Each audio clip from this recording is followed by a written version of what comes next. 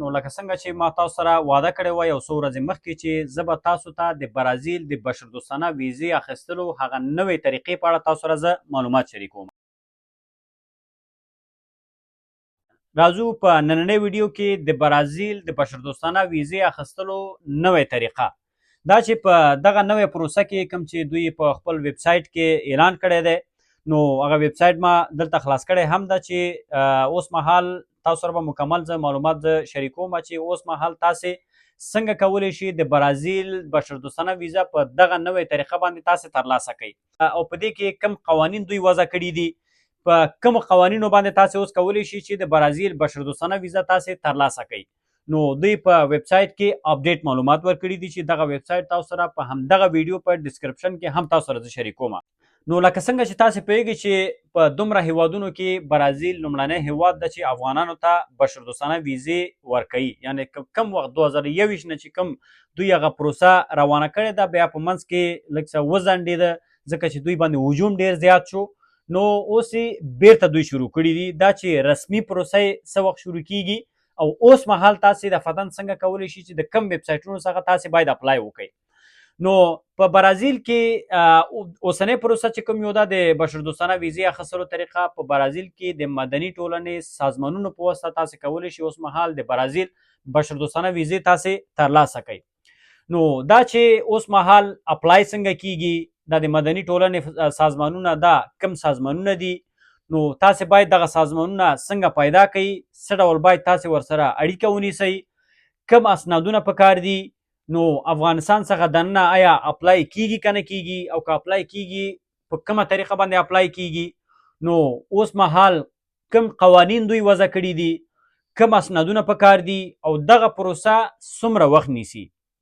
نو نن راځو په دغه ټولو موضوعاتو باندې موږ خبرې کوو نو دا ډیره مهمه ویډیو ده خصوصا هغه چا دپاره کم څوک چې د برازیل بشردوستانه ویزې ته په تمه دي نو دغه ویډیو باید مس نه کړئ چې مهم معلومات دي چې کله دغه ویډیو مکمل تا وکتله ته پخپله کولی شئ چې ترڅو تاسې اپلای وکړئ او دغه ویزه تاسې ترلاسه کړئ نو لومړی راځم دې ته چې په برازیل کې دا د مدني ټولنې سازمانونه لکه څنګه چې مخکې ما تاسو ویل چې اوس مهال تاسې کولی شئ د برازیل بشردوستانه ویزا د مدني ټولنې سازمانونو په واسطه تاسې ترلاسه کړئ دا سازمانونه کم سازمانونه دي نو په برازیل کې مدني ټولنې سازمانونه هغه سازمانونه دي کم چې په برازیل کې فدرالي حکومت سره دوی وصل دي نو فدرالي حکومت سره یوازې هغه ویریفاید سازمانونه وصل دي کوم چې دوی په خپله ورسره کنټریکټ لري یا په خپله دوی ورسره په کنیکشن کې دي ځکه چې ترڅو دا د کوم مدني ټولنې سازمانونه چې کوم یو دي ترڅو دوی وکولی شي چې خلک سپانسر کړي ځکه چې تاسې پوهیږئ په برازیل کې خپله هلته غربت ده نو دوی په برازیل کې چې کوم حکومت ده یعنی هغوی په خپله دا نشي کولی چې کسان په بشردوستانه ویزو باندې دلته راولي دوی په خپله بیا سپورټ کړي نو دوی بیا په دغه سپورټ کې یونیسیار څخه هم دوی کومک غوښتنه کړې ده چې یونیسیار هم ورسره ده آی او ایم اداره هم دوی سره ده او همدارنګه دغه مدني ټولنې سازمانونو ته دوی ته وظیفه ورکړل شوې ده ترڅو دوی د خصوصي سکتورونو هغه ډونرانو سره دوی اړیکې ونیسي ترڅو څه فنډس راجمع کړي نو دغه فنډ دې خاطره جمع کیږي ځکه چې دا بشردوستانه ویزې دي چې کله افغانان بیا دلته دوی راغواړي یو خو لومړنۍ خبره خو دا ده چې کله تاسې اپلای کوئ لومړی سر کې نو هغه د برازیل ته تر راتګه پورې کوم پیسې چې دي د دې خط به تاسې هلته په سفارت کې وړاندې کوئ د دې ثبوت چې یعنې د دې ځای د فلایټ کوم مصارفات چې دي تر برازیله پورې دا ټول زه په خپله په غاړه اخلم یا ته په خپله یا د پلار د کاکا د ماما د که هر څوک اوسیږي یو لیټر به جوړوي هغه به امضا کوي بیا به هغه سفارت ته وړاندې کوئ بیا چې کله تاسې برازیل ته رسیږئ نو په برازیل کې هغه ټول مصارفات دوی خپله په غاړه اخلي نو څومره دا د مدني ټولنې دا سازمانونه چې کوم یو دي دوی سره چې کوم یونیسیار ده آی او ایم اداره ده همدارنګه د خصوصي سکتورونو کوم ډونران چې دي دوی په خپله ټول یو فنډ لري نو چې کله تاسې برازیل ته رسیږئ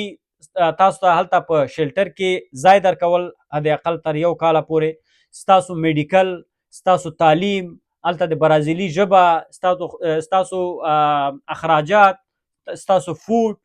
غذا دا مکمل تر 1 کاله پورې تاسو ته دوی برابروي نو څومره کسانو ته چې دوی هلته ظرفیت برابر کړي اوسیږي بیا دغه ویزې هم دوی پای در پای دغه ویزې دوی بیا ورکوي چې څومره هلته په شلټرونو کې ځای وي ظرفیت وي همغه ظرفیت ته په کتو سره نو دا د مدني ټولنې سازمانونه نو افغانان سپانسر کوي او بیا دلته راولي.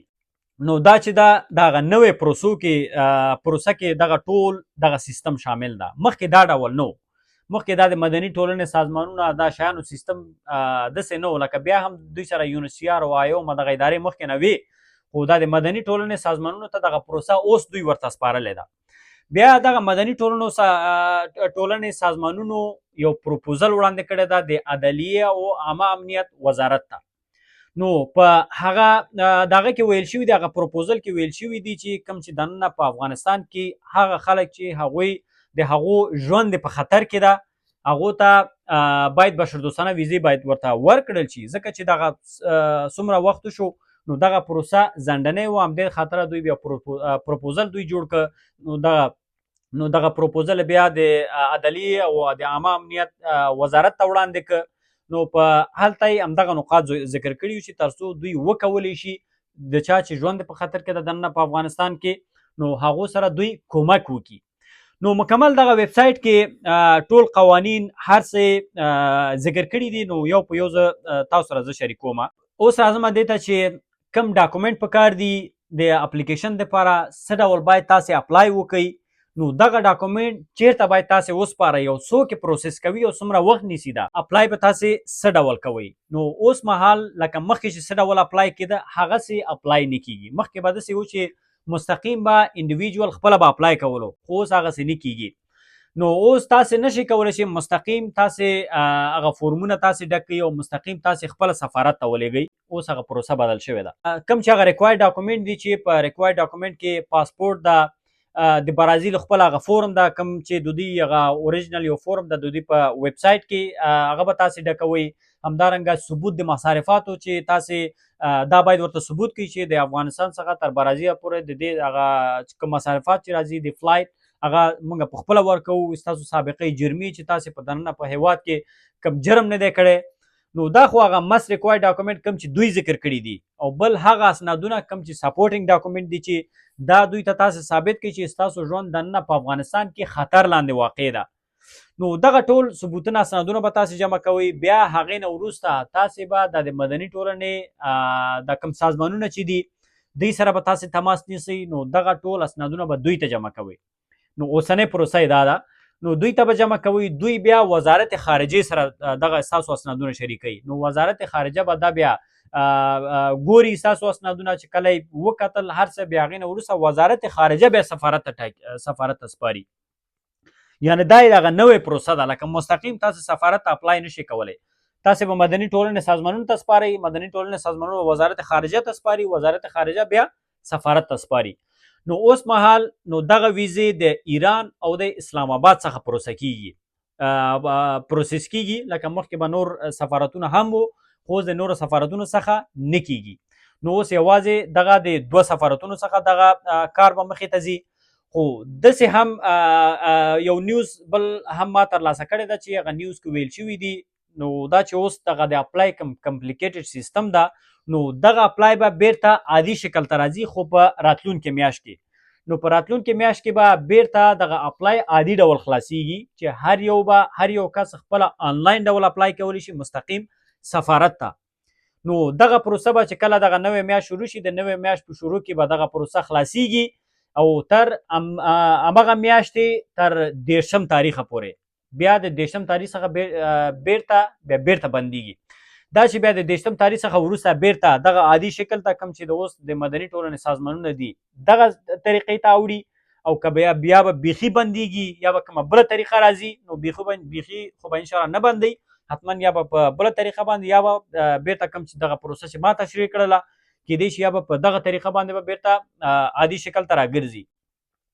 نو اوس مهال تاسې به دا ډول اپلای کوئ نو په بله میاشت کې به عادي ډول تاسې اپلای کوئ. نو دا د مکمل هغه ډاکومنټ او دا شیان. او بله خبره دا ده چې هر هغه چا چې ژوند دې په خطر کې وي اوس مهال د مدني ټولنې سازمانونه دا هغه چا ته لومړیتوب ورکوي کوم څوک چې یعنې ژوند دې په خطر کې اوسیږي او په دریم هیواد کې اوسیږي.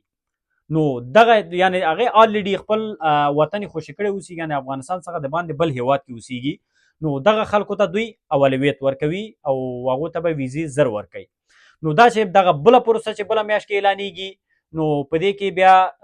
ښه خبره دا ده چې تاسې په هر ځای کې هستئ، هر هیواد څخه فرض مثال مقصد مې دا ده چې که چېرته تاسې دننه په افغانستان کې هم هستئ، نو تاسې هم کولی شئ چې بیا عادي ډول تاسې اپلای وکړئ او مستقیم سفارت ته تاسې د هر څه ډاکومنټ او ټول اسنادونه تاسې ولېږئ.